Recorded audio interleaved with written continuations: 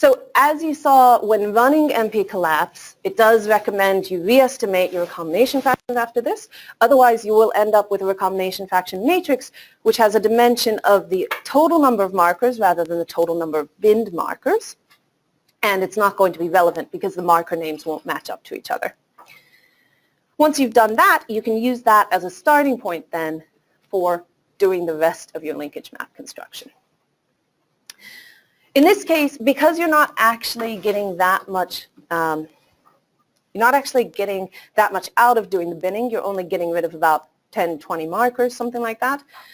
I think for the rest of this, I actually just played with the original data object. So I'm not using the binning in this case, but if you do have a very large data set, it's something that I'd recommend. Okay. So the second step then, once you've estimated a recombination fraction matrix, either from your original data or from your binned data, is to group the markers. So now what we want to do is to put things together onto linkage groups, into chromosomes if at all possible. And the function for that is called NP group. What this uses is, again, hierarchical clustering.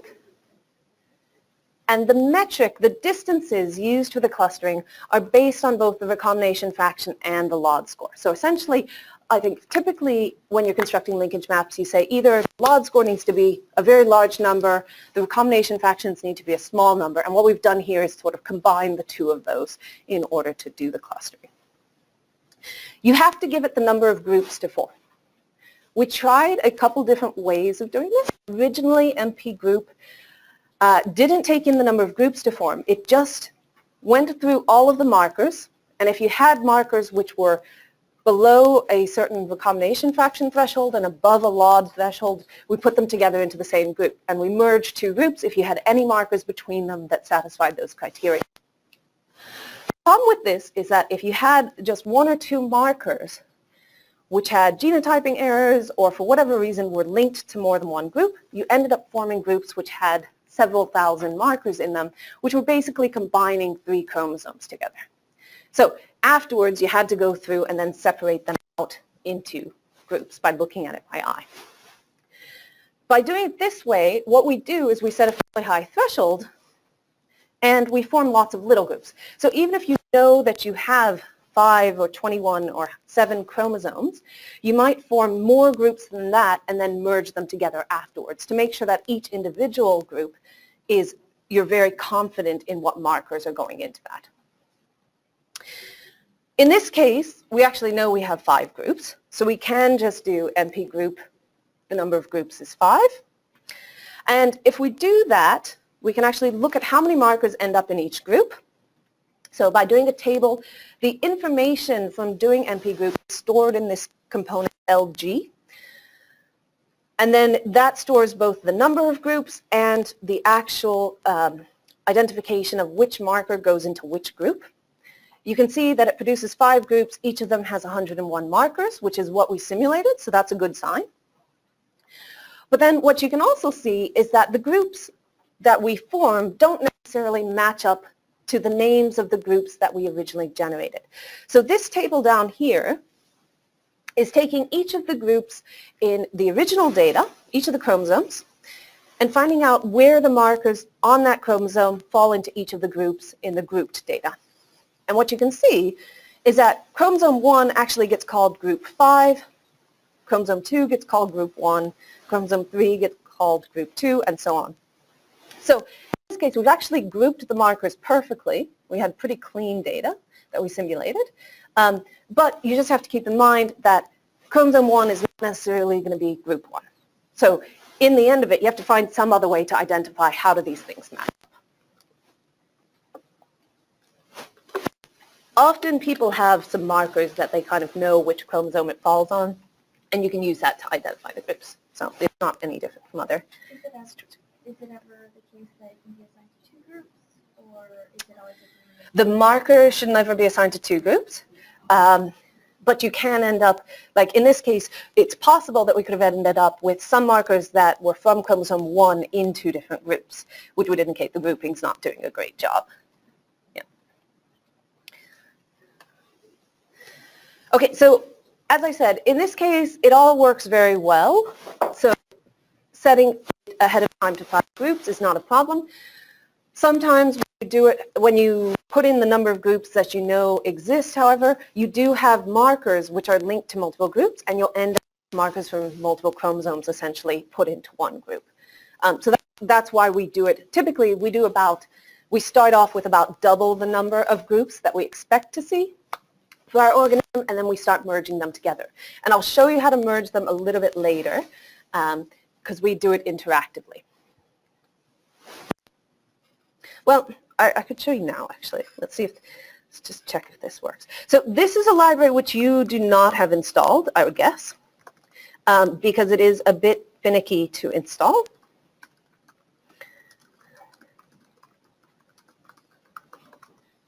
Okay. I tried again that set groups to 10 to see if it would split them out, and I still got 5 groups. You still got 5 groups. Maybe I'm not overwriting something. So when I just ran it there, it produced 10 groups. So I can come take a look in a minute. So the way we merge groups, so here it's formed 10 groups. The way we merge groups, I'll make this a little bigger. Ugh. Actually, it's zoomed in a little bit too far now. And it's not unzooming. Okay, we'll try that again. So just in terms of what you have,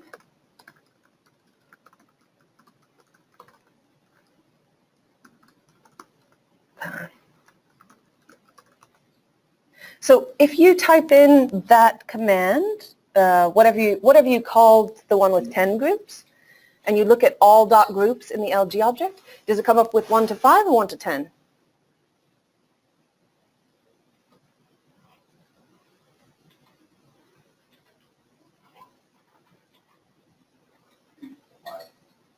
Let me delete the 5 I made. Okay. Rerun it.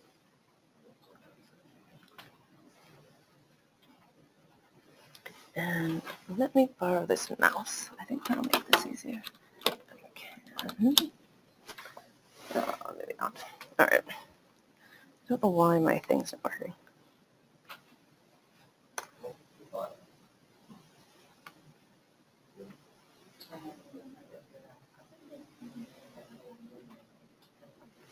Okay, let me give a quick look. So this function, this tool that we use is called MPMap Interactive. It's available on GitHub. It's written using Qt, a plugin. See, if I set it to group, I mean, that's all I should have to do, right? Try doing it with a new object. Okay. I wonder if it...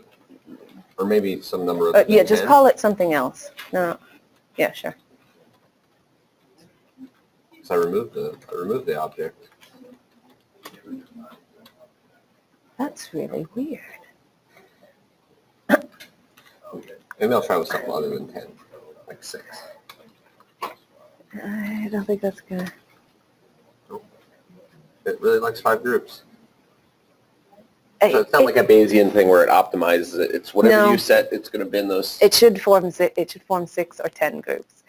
I'm going to have to take a look at that later because I've never had that happen before. Interesting. Has anyone else tried grouping it into 10 groups? And did it only produce 5? You know what it is? You have to remove the map. What it's doing is it's looking at the map that you have in the object and it's saying, I'm going to use those as groups because you've already made chromosomes.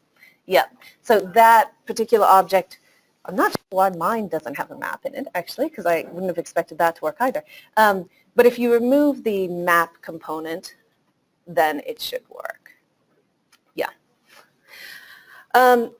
So if you form too many groups, then what you're looking for in this heat map, so what this heat map is showing in this groups mode is it's showing the recombination fractions, but each of the groups then it will be highlighted when you hover over the markers within that group. So you can see here, this is the first group and the second group. And if we look at the block in between them, it's all yellow, so we shouldn't be merging those together. But as I mentioned, if you look at the first and the third group, you've got this big patch of red, or reddish orange, which is indicating that there's markers on those two groups which are linked. And so in this case, we want to merge those together. And you can do that. It's very hard to see over on the left. If you do Control-J, it'll merge them together and actually order the markers within that group. So this is now group 1. And then we have 2, 3, 4, 5, 6, 7, 8, 9. And you can continue doing that. And I think it's a bit washed out here. But you can continue doing that with basically all of the off-diagonal red patches till you get back down to the correct number of groups, or there are no more off-diagonal red patches. So here we would merge these two together. We would merge these. And then we have these and these. And once you do that, you're now back to 5 groups. You have yellow on all the off-diagonal patches, and this should be pretty much what we started off with. So, as I said, this tool is available on GitHub. It can be a little bit finicky installing, which is why we didn't try installing it on all the computers. But if anybody wants to try it out, then we can give it a try. There are instructions there on installing it on Windows and everything. It's just we have run into issues with, for example, getting it installed on Macs was a big pain. So I think it works much better on Windows actually than it does on Macs. Okay, so as far as grouping goes, that's pretty much all there is to say about it.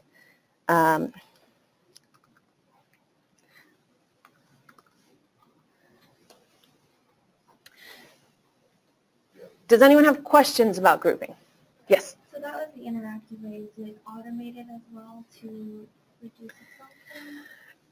It's not automated. You can look at different numbers of groups. What you can do if you want to do it without looking at a visualization is to look at sort of the average recombination fractions between groups, which is essentially all you're doing visually, and to say, well, you know, this group and this group have a much lower average recombination fraction. We should be putting them together.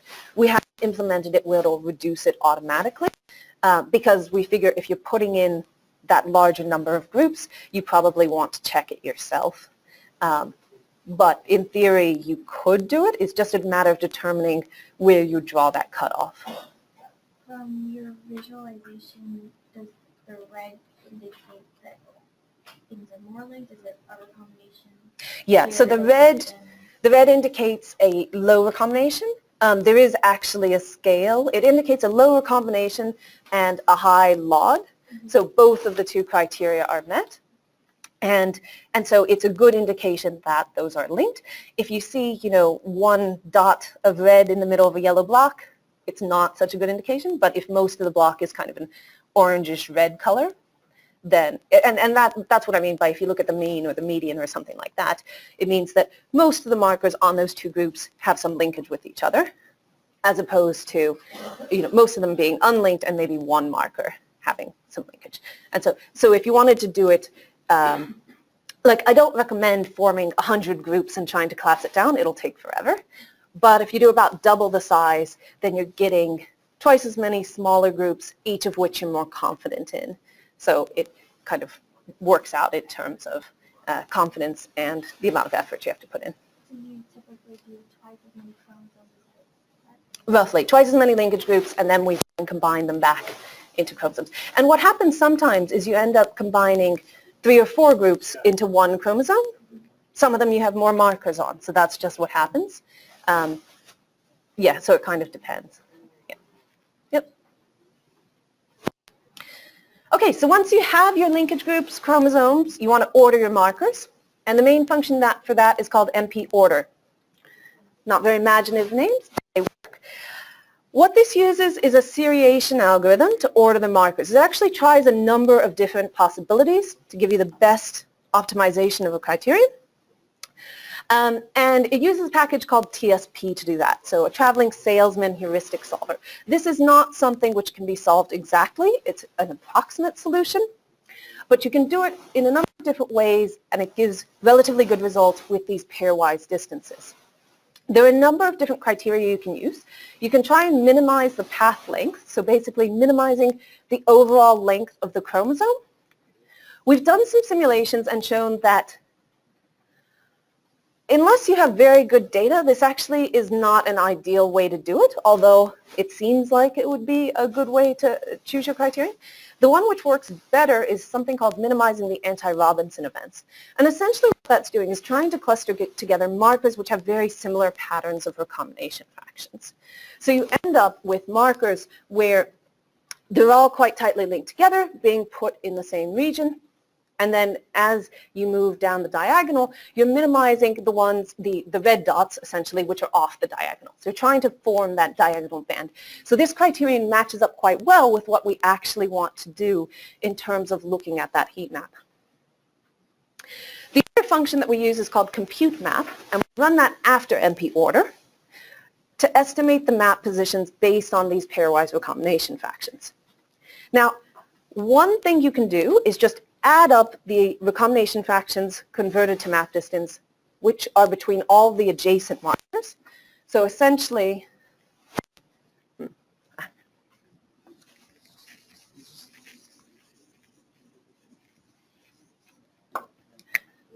you have this. You have all your markers, you have values for these intervals, and adding them all up. The problem with this is if you have 1,000 or 2,000 markers on the chromosome, and you have all of these estimates here, so you have something like 0.01 plus or minus 0.01, you have 0.05 plus or minus 0.01, something like that. When you add this all up, including a large amount of error, because each of these estimates has some error associated with it. What we do instead is basically to look at a group of these values at once, and we come up with the positions based on a weighted value, a weighted estimate based on taking all of those into consideration at the same time. So the function compute map has an argument called max offset. If you set it to 1, it just adds up all of the adjacent ones. So that's easy to do. If you set it to larger values, it'll look at a larger neighborhood when it's estimating the positions on the map. It's like a sliding window analysis that does? It's kind of like that, yeah. So you're looking at a group of markers around the position that you're interested in estimating. Now, NP order has a number of different arguments. You can see down here, I've set type equals 2 and criterion equals AR events. This is the anti-Robinson events that I was talking about. The type can be 2 or M. 2 is to indicate that you're ordering it based on the pairwise recombination fractions. M is to indicate you're ordering it based on multiple markers. M is much slower than 2, and it works about the same, if not worse, in all of the situations we've tried. We expected it to work better, so we originally set it up so that you could do the pairwise ordering first, and then go back and do the refinement based on the multi-marker ordering. And when we tried this in simulations, we tried it on real data, we got better maps out of just doing the pairwise ordering than from doing both of them. I'm not entirely sure why this is, but I think it's due to the fact that with the multi-marker ordering, there's only a certain number of markers you can consider at a time anyway, before it gets too computationally intensive to go any further. And so because you're restricted to just a smaller window of markers, you actually can't improve the order of the map that much. So this is how well the automatic ordering does. So if we compare the orders for all the chromosomes, and again, as you see here, CHRPL doesn't exist here at the moment, but if you go to the RMD file, let me go down. Right, this is basically extra code that was generated in order to set up an object that you can plot easily. So it does take a little bit of extra work using ggplot. I'm not sure what people use in terms of R for visualization. You can produce nice plots with ggplot, but it does take a little bit of extra work setting up the data frames often. Anyway, what we're plotting here is the order of the markers and the position of the markers, in fact, in the original map versus the positions in the automatically ordered map that we generate. If everything worked perfectly, we'd see diagonal lines, right? Everything would match up exactly, and we don't see that. What we see are mostly diagonal lines with these little blips with a bit more noise about the diagonal, for example, in the second group, and we see some which are flipped. The ones which are flipped, they're quite easy to tell if you have something to validate your map against. You can just see which ones have a negative correlation. It's not that big a deal. It just means that your ends of the chromosome need to be switched, so you need some outside source of information to bring them back around. The noise around the diagonal is by markers which are basically locally misordered.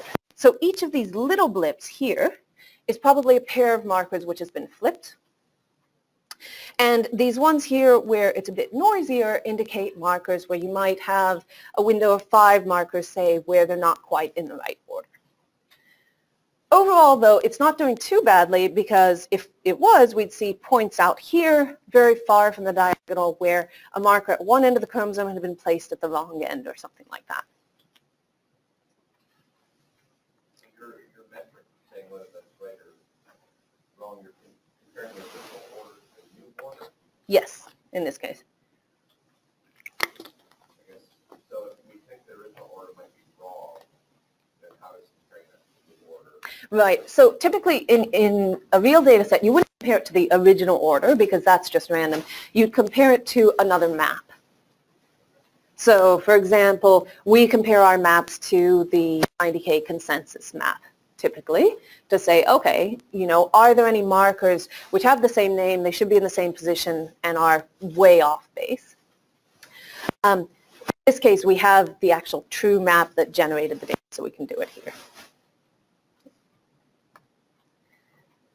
In terms of deciding what to use as the max offset value, I pointed out you can use 1, you can use any value as high as you want. The way we do it is to consider a variety of values. So we actually run the compute map function for max offsets for values maybe ranging from 1 to 20 or, you know, up to a certain number, a percentage of the number of markers. One, which is basically right before the major drop-off. So in this case, you can see if you use the value of 1, you end up with a total map length for all the chromosomes of 700, above 700. And we know from our simulation, actually, that it's closer to 500. And you can see that this curve drops off. If we do it for every value up to 20, it drops off right around 5 or 6. Okay, so what we do is we do it for a range of values, and we pick one right before it kind of plateaus. And that's the value we use for the max offset. Typically, this comes at about, well, it really depends on the number of markers you have, actually.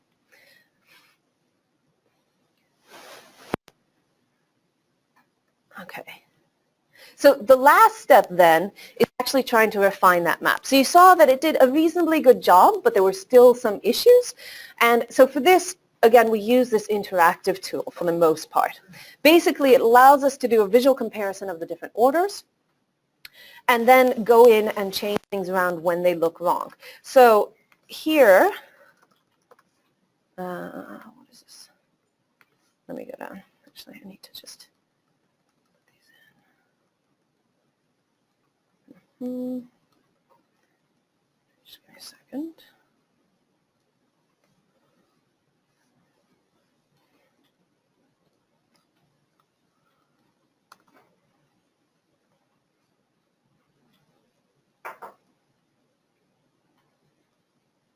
That's okay. Okay. Okay. So if I open this up now, and instead of looking at the grouping mode, so if I do this for one chromosome, that's why I was subsetting it. If we do it for one chromosome, What we're interested in now is two other options. So there's one mode which is single marker, and that allows us to go in and take out individual markers which might have recombination fractions which are behaving badly. And the other one is this interval option. And the interval option allows us to go in and basically select a chunk of markers and flip them around if need be. So if we have markers where we think there's, like if we look at the original recombination fraction plot and it looks like this, it's a good indication there's a chunk of markers which has been flipped around. And so we can actually go in and just do that automatically rather than having to do it manually. The other thing we can do, and this comes in very handy if you have a large number of markers again, is actually select a chunk of markers and reorder it locally. And you can see, I don't know if you could tell, but there were some slight changes when I reordered it locally as opposed to just doing the whole chromosome. So if we just take a chunk, actually it's not changing much at this point.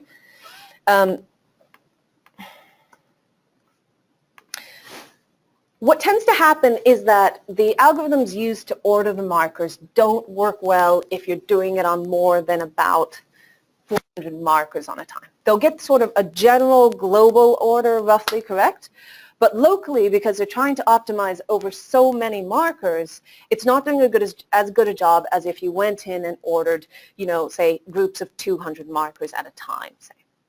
So what you'll do is when you put up this heat map, you'll see that you have 1,000 or 2,000 markers. Overall, it looks all right, but there'll be regions where it looks like markers out of order.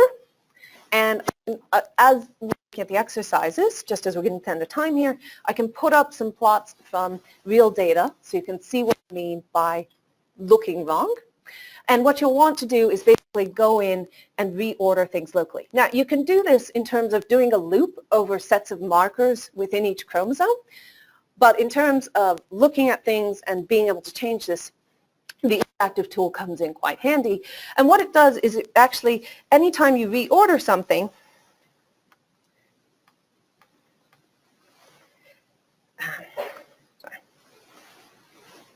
anytime you reorder something, it'll then make those changes to the object that you created and output it as a new MP class object. So the output from this function will have all of the changes you've made in the interactive tool. So you can see this new DAT that I created. So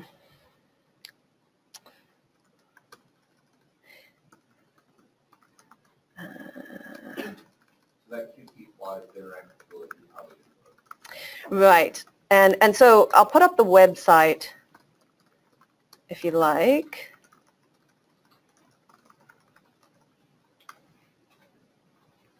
Oh, so in this case, it didn't change the order of the first few markers, so that's not going to actually show anything. I'll put up the website where MPMap Interactive is located after I just go through the next couple slides. And then if anyone wants to try installing it, they're welcome to go ahead. And yeah, especially if you want to try installing it on your own computer, then I may be able to troubleshoot any problems that come up while I'm here.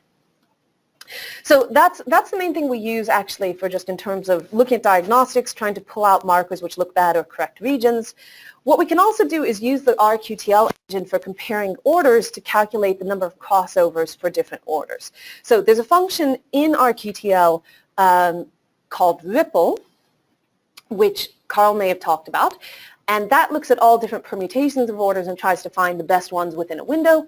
It can be very time-consuming if you're looking at a large region. And so what we've done is used parts of the code in RQTL to do the same thing, to use some of the functions in RQTL to do the same thing, but what you do is you put in the specific orders you want to look at, and it'll tell you how many crossovers occur for each of those different orders. So, for example, in this case, well, this is what the output looks like. The function is called compare_orders. And in this case, I've put in 15 markers. I've put in 3 different possible orders. It always does the initial order, which is what exists in the data. And then it outputs basically the number of crossovers which are required in order to produce that order. And what you'd want to do is pick the order which has the lowest number. So in this case, the original order is shown down at the bottom here for the first 8 markers. And you can see that based on the names, you're going from marker 3 to marker 1 to marker 9 to 6 to 2 to 10 to 4 to 7. Clearly not in the correct order. The second one, where we actually move this second marker to the beginning of the line, has fewer crossovers because that second marker is actually the first marker. It should be the first marker on the chromosome. And so that ordering, even though it's still not totally correct, produces fewer required crossovers. So this, as I said, this is mainly meant as a refinement tool because you have to come up with potential other orders to check against it. If you were to look at all possible permutations of orders within that window, it would take forever.